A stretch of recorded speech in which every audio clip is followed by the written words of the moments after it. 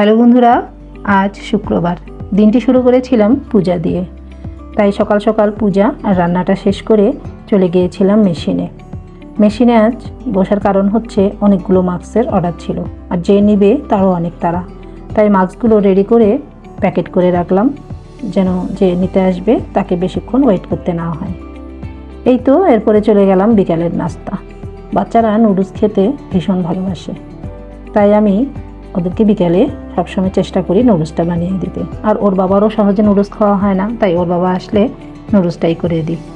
আসলে ঈদ মানে বাচ্চাদের আনন্দ।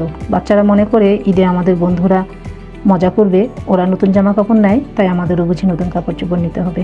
বাবু তো আর অত বুঝে না, তাই ও অনেকগুলো নতুন কাপড় চোপড় কিনে নিল। আর ওর চাহিদা মতো ব্যাট বল এগুলো ওর বাবার কাছে নিয়ে নিল। তারপরে চলে গেলাম শহরের দিকে।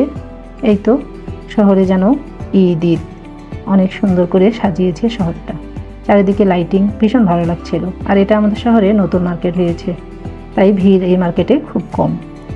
তারপরেই মা আর মেয়েতে যেগুলো না নিলে নয় সেগুলো নিয়ে নিলাম।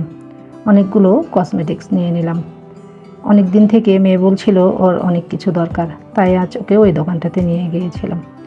তারপরে সামনে যেহেতু পয়লা বৈশাখ, বাড়ির পাপোশগুলো নষ্ট হয়ে গিয়েছে, তাই এবার চিন্তা করেছি পুরাতন পাপোশগুলো ফেলে দিয়ে নতুন পাপোশগুলো ব্যবহার করব। দেখুন, ঈদের ভিড় শুরু হয়ে যাচ্ছে।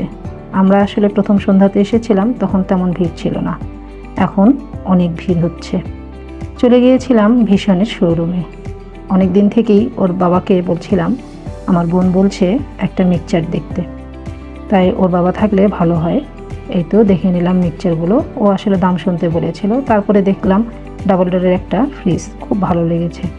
যাই হোক, ভালো লাগলে হবে না, আসলে সবসময় সব কিছু সম্ভব হয় না। মাসের বাজারটা আমরা বরাবরই স্বপ্ন থেকে করি, আর স্বপ্নতে গেলে আমার ভীষণ ভালো লাগে, কেননা ওখানে নিজের পছন্দ মতো ভালো জিনিসটাকে আমরা তুলে নিতে ভালোবাসি। তারপরেই বাবু মেয়ে সবাই মিলে যার যার যেটা চাহিদা, যার যার যেটা দরকার সেটা তুলে নিলাম।